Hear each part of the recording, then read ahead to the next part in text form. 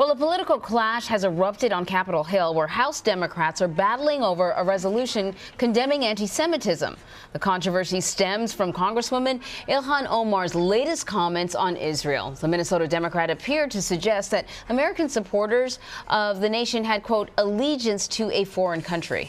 House Democratic leaders responded by creating a general resolution condemning anti-Semitism without mentioning Omar. But major disagreements forced lawmakers to delay yesterday's planned vote. For more on this, we want to bring in Politico congressional reporter Sarah Ferris. She is joining us now from Capitol Hill. And Sarah, I'll draw our viewers' attention to the headline on Politico right now. Omar uproar swamps Pelosi. What's going on?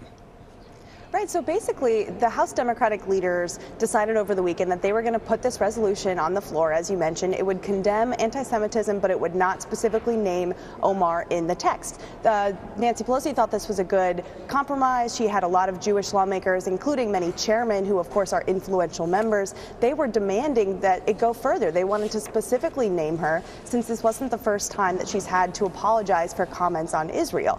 But then there were members from the Congressional Progressive Caucus, the Congressional Black Caucus, of which Omar is a member, and they came to her defense and said this is singling out Congresswoman Omar, and they said she has already been the target of attacks. She has had threats on her life, and they say this is not the right time to focus here on anti-Semitism when there is anti-Muslim behavior going on, and they say it needs to be a broader resolution. So right now they're working on rewriting that resolution after the backlash in the caucus. So can we talk a little bit about the comments that got her into hot water? Because I don't know if a lot of people kind of know what she said, but you know, she was asked to address past what many people have felt was past anti-Semitism.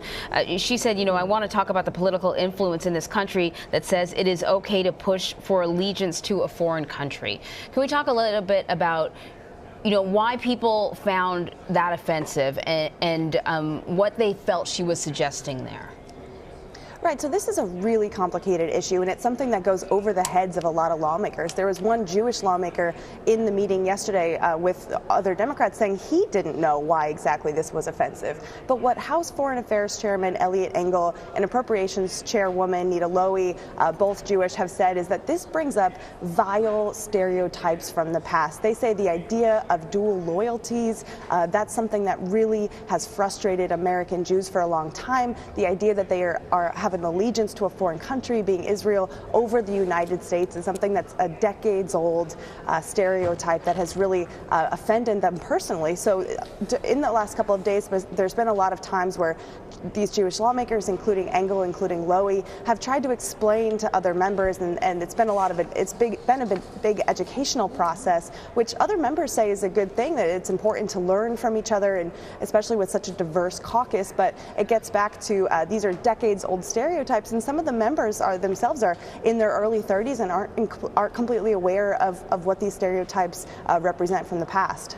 Is that what Representative Omar's representatives are saying, the folks around her, and is she addressing it? Because it does seem, as you point out, Sarah, that there are even other Democrats, other members of the House, who are wondering why this is so patently offensive to so many people of the Jewish faith who are loyal and patriotic Americans, that to suggest that they have some kind of a dual allegiance to a foreign power is anti-Semitic and has been used not just here in the United States, but in other countries as well, to paint this sort of ugly brush of people who are of the Jewish faith. And so, are they understanding that? Is she understanding that she may have misspoken, but that how ugly it really is?